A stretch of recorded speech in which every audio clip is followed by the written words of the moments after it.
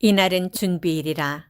유대인들은 그 안식일이 큰 날이므로 그 안식일에 시체들을 십자가에 두지 아니하려 하여 빌라도에게 그들의 다리를 꺾어 시체를 치워달라 하니, 군인들이 가서 예수와 함께 못 박힌 첫째 사람과 또 그 다른 사람의 다리를 꺾고 예수께 이르러서는 이미 죽으신 것을 보고 다리를 꺾지 아니하고, 그중 한 군인이 창으로 옆구리를 찌르니 곧 피와 물이 나오더라. 이를 본 자가 증언하였으니 그 증언이 참이라.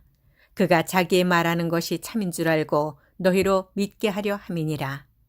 이 일이 일어난 것은 그 뼈가 하나도 꺾이지 아니하리라 한 성경을 응하게 하려 함이라. 또 다른 성경에 그들이 그 찌른 자를 보리라 하였느니라. 아리마대 사람 요셉은 예수의 제자이나 유대인이 두려워 그것을 숨기더니 이 일 후에 빌라도에게 예수의 시체를 가져가기를 구하매 빌라도가 허락하는지라. 이에 가서 예수의 시체를 가져가니라. 일찍이 예수께 밤에 찾아왔던 니고데모도 모략과 침향 섞은 것을 100리트라쯤 가지고 온지라. 이에 예수의 시체를 가져다가 유대인의 장례법대로 그 향품과 함께 세마포로 쌌더라. 예수께서 십자가에 못 박히신 곳에 동산이 있고 동산 안에 아직 사람을 장사한 일이 없는 새 무덤이 있는지라. 이날은 유대인의 준비일이요 또 무덤이 가까운 고로 예수를 거기 두니라. 아멘.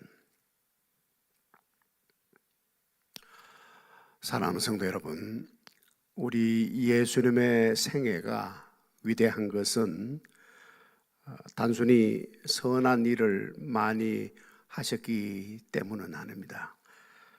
어떤 사람이 예수님에게 와서 선한 선생이여 라고 말을 했을 때 오히려 주님으로부터 책망을 받은 적도 있습니다. 여러분, 예수님 외에도 선한 일을 많이 한 사람 대단히 많습니다. 예수님의 생애가 위대한 생애가 될 수 있는 이유는 예수님의 생애는 성경에 예언된 것과 일치하기 때문입니다. 사도 바울도 이렇게 말합니다. 내가 받은 것을 먼저 너희에게 전하였노니 이는 성경대로 그리스도께서 우리 죄를 위하여 죽으시고 장사 지낸 바 되셨다가 성경대로 사흘 만에 다시 살아나사. 예수님이 죽으셨다가 다시 살아나신 것만 가지고 사도 바울이 다루면서 전한 것이 아닙니다. 그 때문에 전한 것은 아니었어요. 그 일들이 성경대로 된 일이었기 때문에 그렇게 했습니다. 장차 메시아가 세상에 가면 그의 생애는 이러이러할 것이다. 그것을 보고서 그가 메시아인 것을 알라라고 하신 하나님의 말씀대로 예수님이 태어나시고 사시고 죽으시고 장사되시고 부활하셨기 때문에 바울이 그렇게 했습니다. 우리가 조금 전에도 같이 했습니다마는 주일마다 사도신경을 고백하는 것도 같은 거예요. 그 외아들 우리 주 예수 그리스도를 믿사오니 이는 성령으로 잉태하사 동정녀 마리아에게 나시고 본디오 빌라도에게 고난을 받으사 십자가에 못 박혀 죽으시고 장사한 지 사흘 만에 죽은 자 가운데서 다시 살아나시며 하면서 고백하는데, 이것을 고백하는 이유도 이 모든 내용이 성경에 예언된 대로 된 일이기 때문입니다. 오늘 말씀은 예수님의 죽으심과 예수님의 장사되심에 관한 말씀입니다. 이 두 내용 모두가 하나님이 미리 말씀해 주신 대로 된 일이기 때문에 오늘 우리도 사도신경을 고백하고 또 이 말씀도 봅니다. 31절을 다시 봅니다. 이날은 준비일이라 유대인들은 그 안식일이 큰 날이므로 그 안식일에 시체들을 십자가에 두지 아니하려 하여 빌라도에게 그들의 다리를 꺾어 시체를 치워달라 하니, 이날은 안식일 하루 전날이었어요. 유대인들이 지키는 절기 중에 가장 큰 절기인 유월절 안식일 하루 전날입니다. 유월절은 유대인들이 애굽에서 해방되어 나온 것을 기념하여 지키는 절기입니다. 과거 애굽에서 노예로 살았을 때에 하나님은 그들에게 양을 잡게 하시고 그 양의 피를 문에 바르게 하셔서 사람 남게 해 주셨습니다. 이것을 기념해서 유대인들은 지금도 6월절이 되면 온 가족이 둘러앉아 양고기를 나누어 먹습니다. 이 절기는 해가 진 때부터 시작합니다. 십자가에 처형된 죄수의 시신도 해지기 전에는 반드시 거기서 끌어내려야 합니다. 혹시 그때까지 살아있는 죄수가 있다면 다리를 꺾어서 해지기 전에 죽도록 했습니다. 이 다리를 꺾으면 이 상체를 끌어올릴 수가 없기 때문에 숨을 쉴 수가 없어서 금방 죽습니다. 그들이 빌라도 총독에게 죄수들의 다리를 꺾어달라고 요청한 것은 바로 이 유월절 종교 행사를 성공적으로 하고 싶었기 때문입니다. 여러분, 이 종교, 참 종교가 이래서 무서운 거예요. 종교는 무서운 것입니다. 원래 유대교는 종교가 아니었습니다. 그들의 조상 아브라함이 유대교라는 종교를 창시하신 것이 아니에요. 아브라함이 시작한 것은 하나님을 개인적으로 믿고 하나님과 개인적으로 교제한 일입니다. 갈대아 우르를 떠나는 것도 살아계신 하나님의 음성을 들었기 때문이고, 또 가나안 땅에 들어와서도 아브라함은 별을 보면서 하나님과 교제했습니다. 대화를 했습니다. 종교를 창시하신 한 게 아니에요. 살아계시는 하나님과 개인적으로 교제하는 믿음 생활을 시작한 것입니다. 그러나 믿음이라고 하는 것은 시간이 지나면 반드시 종교로 타락하는 경향이 있습니다. 인간들이 만든 법이나 제도, 전통, 그것이 하나님과 대화하는 것보다 더 좋습니다. 좋아지게 됩니다. 그러면서 서서히 하나님과는 거리가 멀어지고 하나님이 울타리가 되어주시는 것이 아니라 자신들이 만든 종교가 울타리가 되어줄 것으로 착각합니다. 여러분, 우리 기독교는 종교가 아닙니다. 살아계시는 예수님과 인격적으로 교제하는 것이지 형식과 제도와 법과 전통에 매이는 종교가 아니에요. 살아있는 사람과 사람끼리 서로 교제하듯이 예수님과 교제하는 것입니다. 이런 것이 없이 교회가 실시하는 어떤 행사나 모임이 예수님과 인격적으로 개인적으로 교제하는 것보다 더 좋고, 또 예배를 드려도 살아계신 하나님께 진정과 신령으로 예배드리는 기쁨보다 서서히 예배의 순서에 더 신경이 가기 시작하면 그 사람은 자신도 알지 못하는 사이에 종교인이 되어 갑니다. 아브라함 종교인이 아니었어요. 결코 종교인이 아니었습니다. 그 후손들이 하나님과 개인적 교제가 멀어지면서 그만 유대교라는 종교를 만들었던 것뿐입니다. 유대인들이 요청한 대로 군인들은 두 강도의 다리를 꺾었습니다. 예수님은 이미 죽으셨기 때문에 다리를 꺾지 않았습니다. 대신 확실하게 하기 위해서 한 군인이 창으로 예수님의 옆구리를 찔렀습니다. 그러자 옆구리에서 피와 물이 흘러나왔습니다. 이것을 보고서 사도 요한은 큰 소리로 증언을 하는데 두 가지를 증언합니다. 다시 35절을 봅니다. 이를 본 자가 증언하였으니 이 증언이 참이라. 그가 자기의 말하는 것이 참인 줄 알고 너희로 믿게 하려 함이니라.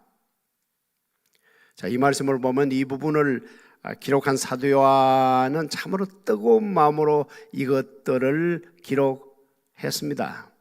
이 증언이라든가 참이라든가 믿게 하리라든가 하는 이런 말들은 그냥 써보는 말이 아니죠. 뜨겁게 무언가를 알려주고 싶고 외치고 싶고 참 전하고 싶은 내용이 있을 때 이런 단어들을 쓰는 것이죠. 사도 요한이 무엇을 증언합니까? 첫째로 예수님은 죽으셨다는 것을 증언합니다. 피와 물을 그 증거물로 대면서 그것을 증언합니다. 피와 물에 관해서는 지금까지 많은 사람들이 참 좋은 해석들을 많이 해 주었습니다. 크게 두 종류로 나눠 볼 수 있는데, 하나는 영적인 해석이고 다른 하나는 의학적인 해석입니다. 먼저 영적인 해석은 피는 구원을 의미하고 물은 성화를 의미한다는 해석입니다. 피 흘림이 없이는 죄사함이 없기 때문에 예수님이 친히 피를 흘려 주셔서 우리들의 더러운 죄를 씻어주시고 우리를 구원하셨습니다. 물은 구원받은 후에 따르는 성화를 뜻합니다.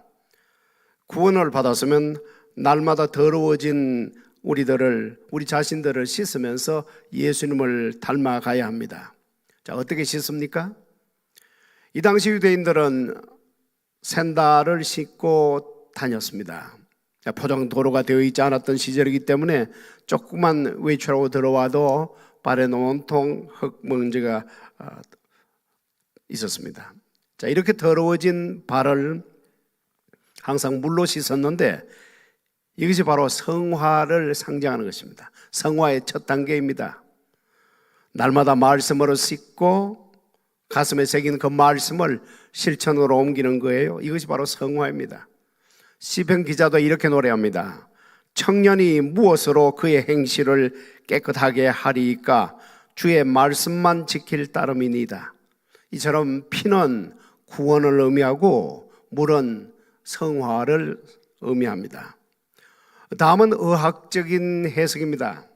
주로 의사 출신 목사들이 하는 해석인데, 그들은 십자가에서 주님이 받으신 고통이 얼마나 극렬한, 너무나 끔찍한 고통이었기 때문에 그 끔찍한 고통 때문에 심장이 파열해서 죽으셨다고 말합니다.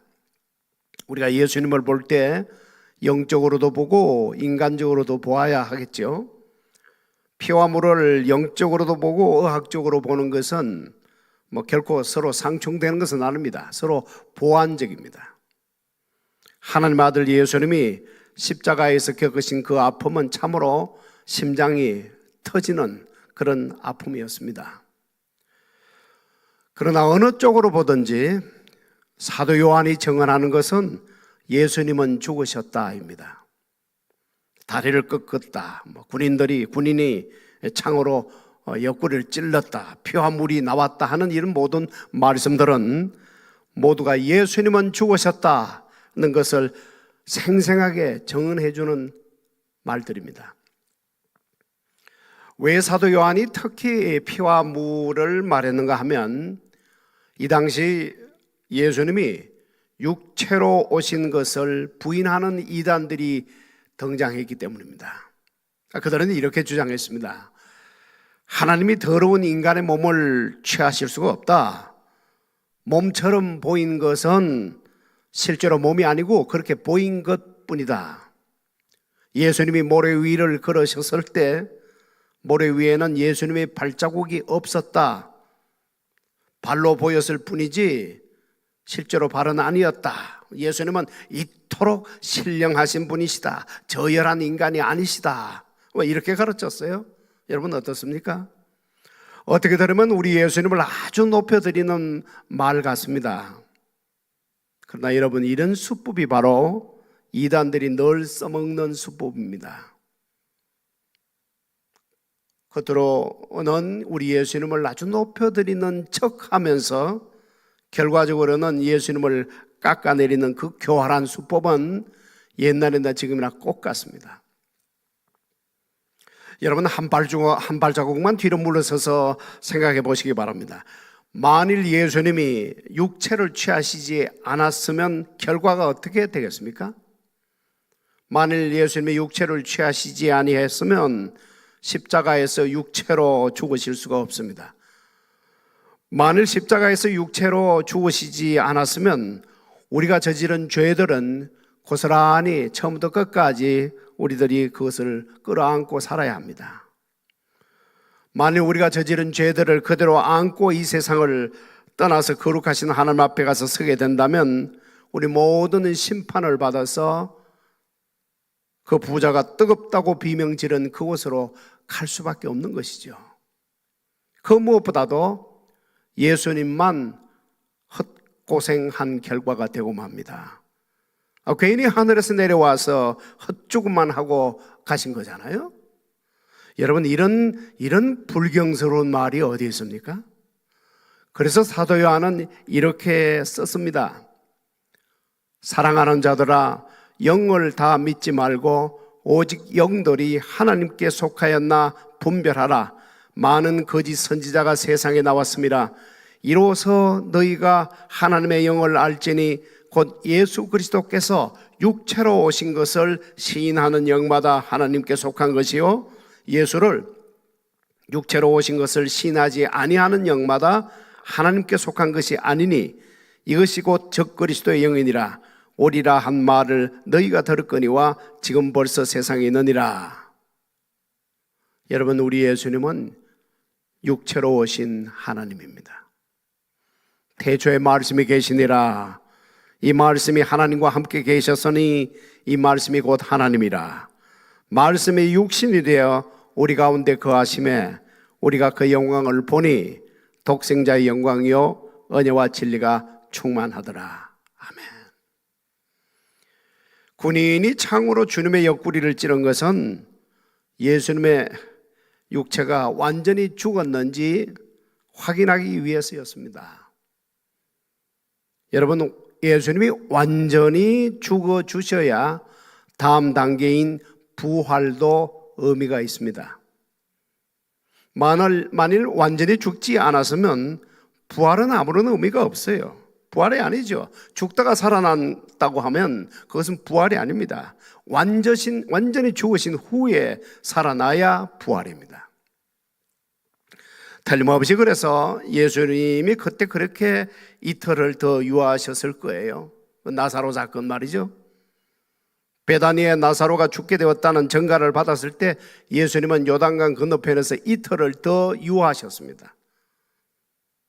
나사로가 죽고 장사가 될 때까지 기다리신 것입니다. 과연 베다니에 가보니 나사로는 무덤에 갇힌 지 나흘지가 되었습니다. 세상 누가 봐도 나사로는 죽은 것이 확실해진 그때에 주님은 그곳에 가신 거예요. 가서 시신이 무덤에 묻혀 있는 것까지 확인하신 후에 주님은 나사로를 다시 살려내셨습니다.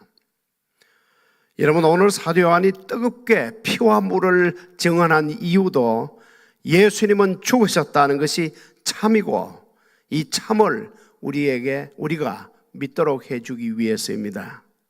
여러분, 그래야 다음 장인 20장에서 펼치게 될 우리 주님의 부활 이야기도 참이 될 수가 있고, 그래야 우리도 언젠가는 우리도 부활하게 될 것을 믿을 수가 있습니다. 또 하나 사도 요한이 증언하는 것은 예언 성취입니다. 사도 요한이 오늘 증언한 것이 둘인데, 그 첫 번째는 지금까지 말씀드린 것처럼 예수님은 죽으셨다입니다.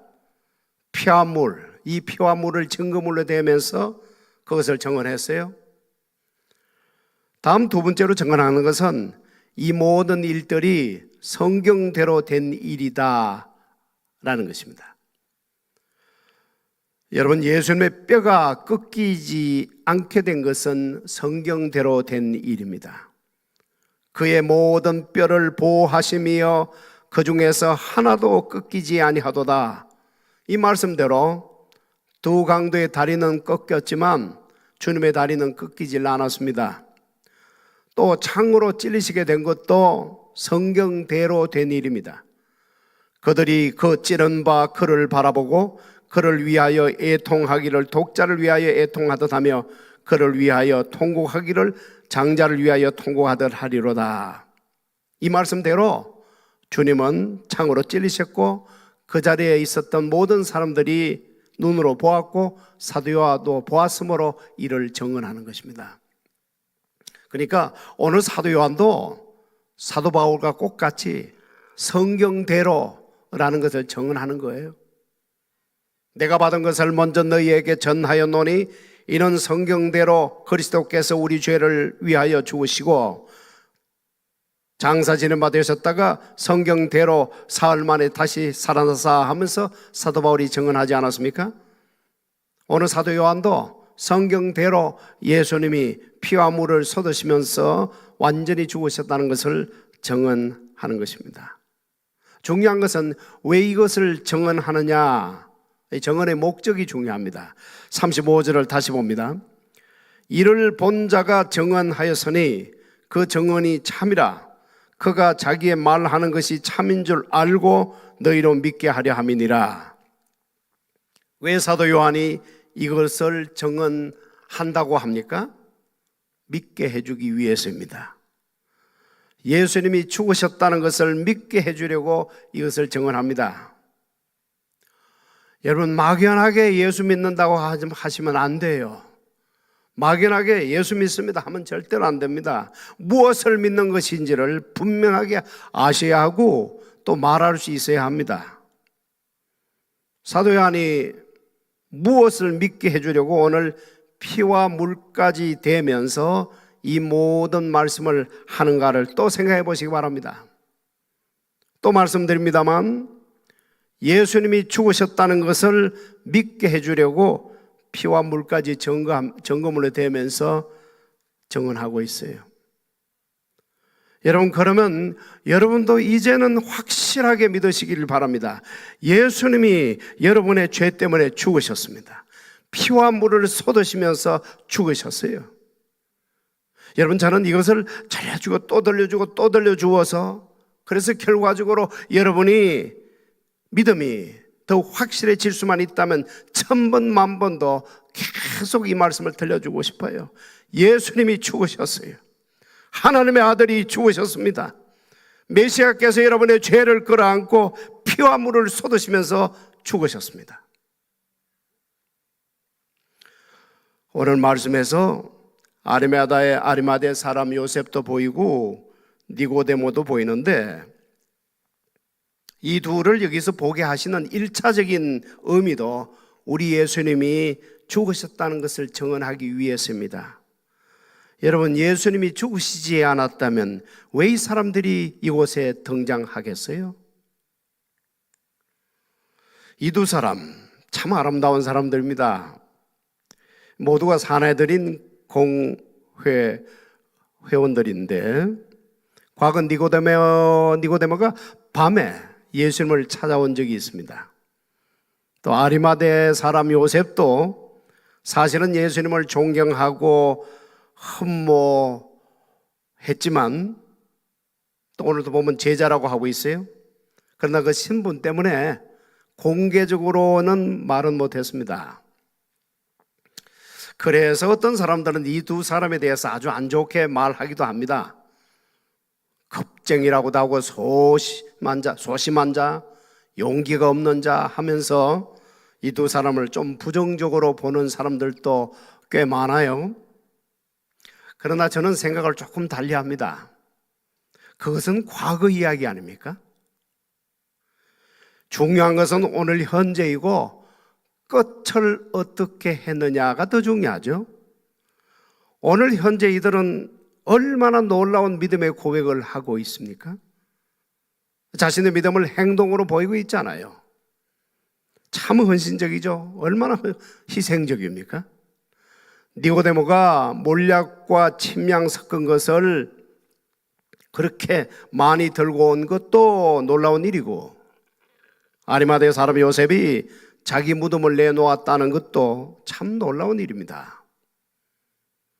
또 주님의 시신을 조심스럽게 참 아름답게 장례해 드렸다는 것은 예수님 이야기의 마지막 부분을 이 두 사람이 감당했다는 뜻이지요. 무엇보다도 이 두 사람은 자신들도 모르게 예수님의 마지막 부분에 관한 하나님의 예언 말씀을 이루어 드리고 있어요. 이사야 선지자를 통해서 하나님이 다음과 같은 예언의 말씀을 해 주신 적이 있습니다.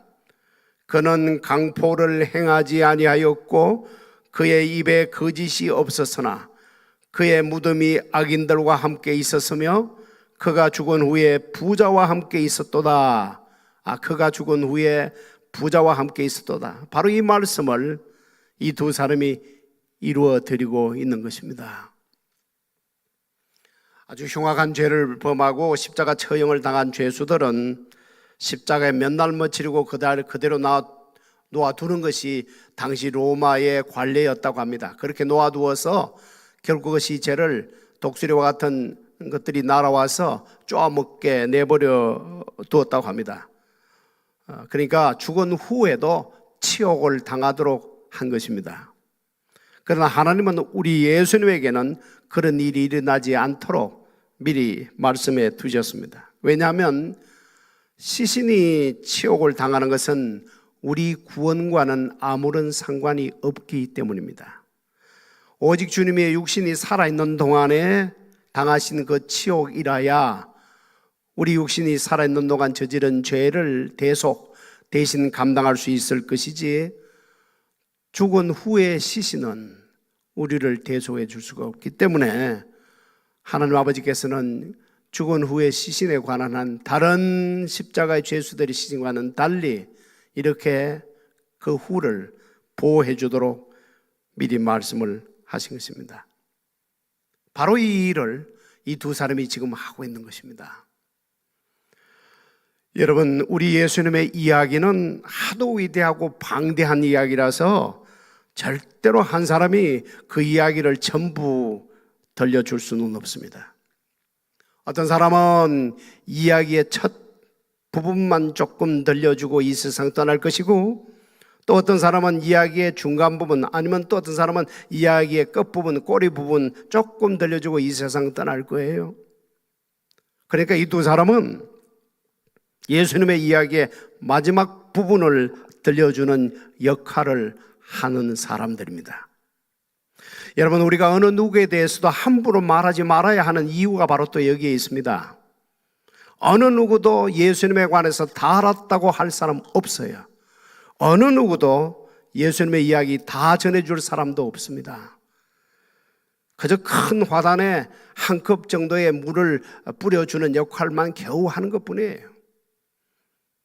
그러니까 절대로 우리는 어느 누구에 대해서 함부로 얘기하면 안 됩니다.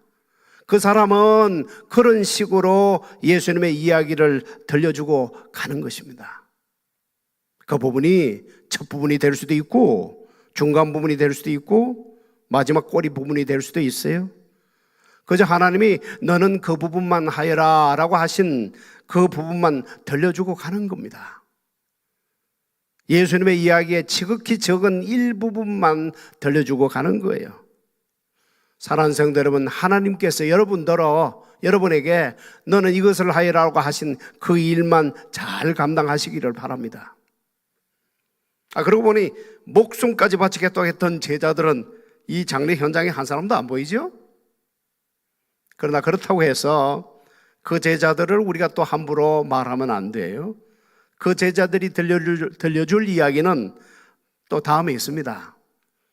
그야말로 순교하면서까지 예수님의 이야기를 전해줄 그 역할을 그 제자들, 오늘 이 장례 현장에는 보이지 않는 그 제자들이 맡게 될 거예요. 그러니까 오늘 그 얼굴들이 보이지 않는다고 해서 우리가 또 그들을 비판하면 안 된단 말이죠. 그저 끝까지 모든 예수 믿는 사람들은 그저 자신의 몫만 감당할 뿐입니다. 그 부분이라도 하나님이 여러분에게 주신 것을 감사하시기 바랍니다. 겸손하게 여러분 자신만이 할 일을 다 잘하시고 감사한 마음으로 주님 앞에 가는 거예요. 이제 마지막으로 두 사람이 우리 주님의 시신을 안장한 무덤은 동산에 있는 무덤입니다. 이 동산이 또 얼마나 아름다운지 모르겠어요. 이 내용만 마지막으로 살펴보고 오늘 설교를 마치도록 하겠습니다. 41절만 보시기 바랍니다. 예수께서 십자가에 못 박히신 곳에 동산이 있고 동산 안에 아직 사람을 장사한 일이 없는 새 무덤이 있는지라. 사랑하는 성도 여러분, 이 동산이 얼마나 아름답습니까? 제 눈에는 별의별 것이 다 보이네요. 날아다니는 새도 보이고 나무도 보이고 꽃도 보이고 나무 사이로 아주 눈부신 햇살이 비치는 것도 보이네요. 그리고 그 나무 위를 쳐다보니 파란 하늘도 보입니다. 이때는요 또 4월 6월절이었기 때문에 아주 하늘이 유독 특별히 파랬을 거예요. 자, 이 아름다운 동산, 아마 그래서 어느 찬송 시인은 이렇게 찬송가를 지은 모양입니다. 저 장미꽃 위에 이슬 아직 맺혀 있는 그때에 귀에 은은히 소리 들리니 주 음성 분명하다. 사랑하는 성도 여러분, 주님의 시신은 이렇게 아름다운 동산에 있는 요셉의 무덤에 묻혔습니다. 이름도 아름답게 새 무덤입니다. 그러나 앞으로 이틀만 지나면 이 새 무덤은 빈 무덤이 되고 말 것입니다. 이 내용은 다음 주 20장에 들어가서 자세히 보도록 하겠습니다. 다만 오늘 설교를 끝내면서 한 가지만 여러분에게 다시 물어보기를 원합니다. 예수님이 여러분을 위해서 육체로 죽으신 것을 이제는 진심으로 믿겠습니까? 예수님이 육체로 죽으셨기 때문에 여러분의 몸이 지은 죄도 그 모든 죄도 함께 죽고 함께 장사된 것을 또 믿겠습니까? 그렇다면 이제는 어느 누구도 여러분을 정죄하지 못한다는 것도 믿겠습니까? 피와 물이라고 뜨겁게 증언한 사도 요한의 증언을 잊지 마시기 바랍니다. 그 피가 여러분 마음속에 큰 증거되어서 끝까지 구원받은 감격 속에 사시고 또 예수님의 이야기도 많이 전해주는 여러분의 생애가 되기를 예수님의 이름으로 축복해 드립니다. 아멘.